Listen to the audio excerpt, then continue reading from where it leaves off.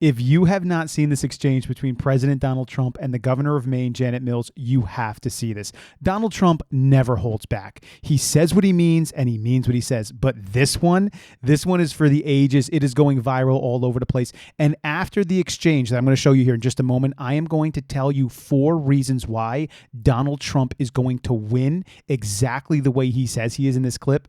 Check it out. The NCAA has complied immediately, by the way. That's good. But I understand Maine.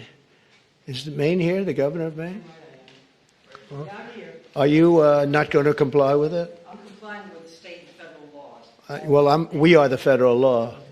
Well, you better do it. You better do it because you're not going to get any federal funding at all if you don't. And by the way, your population, even though it's somewhat liberal, although I did very well there, your population doesn't want men playing in women's sports.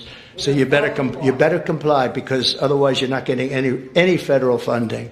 See you in court. Every state, good. I'll see you in court. I look forward to that. That should be a real easy one. And enjoy your life after governor because I don't think you'll be in elected politics. So let's just be real honest here. It doesn't get a lot better than that. I cannot believe how much I've missed Donald Trump over the last 4 years with the disastrous Biden administration that we've been seeing. This is what true strength looks like. And let me tell you the 4 reasons why Donald Trump is going to win this.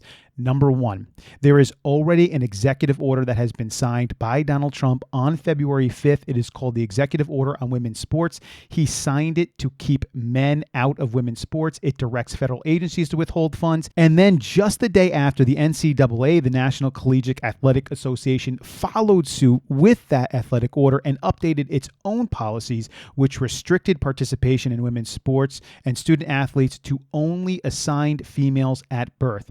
In addition, on the congressional level, in January of 2025, the Protection of Women's and Girls Sports Act was also passed through the House in a 218 to 206 vote. This amended Title IX to define sex based off of reproductive biology and genetics at birth, which effectively barred transgender women from participating in female sports teams.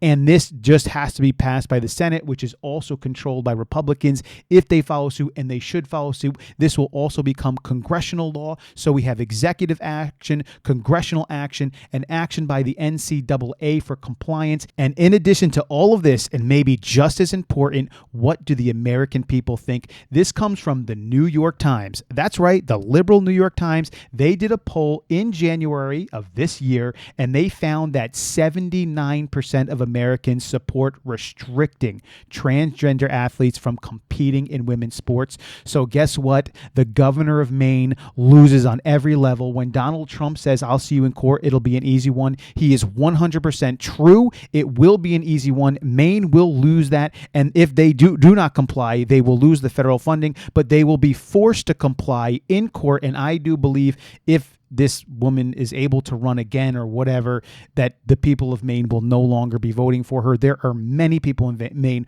even people who are liberal, who do not support men, biological men who have a biological advantage in their bone structure, their lung capacity, their musculature, competing with girls in female sports. It is not okay, even if somebody supported that whole thing, for them to compete against girls in a sports fashion. Absolutely unacceptable. And the American people agree with Donald Trump on this one.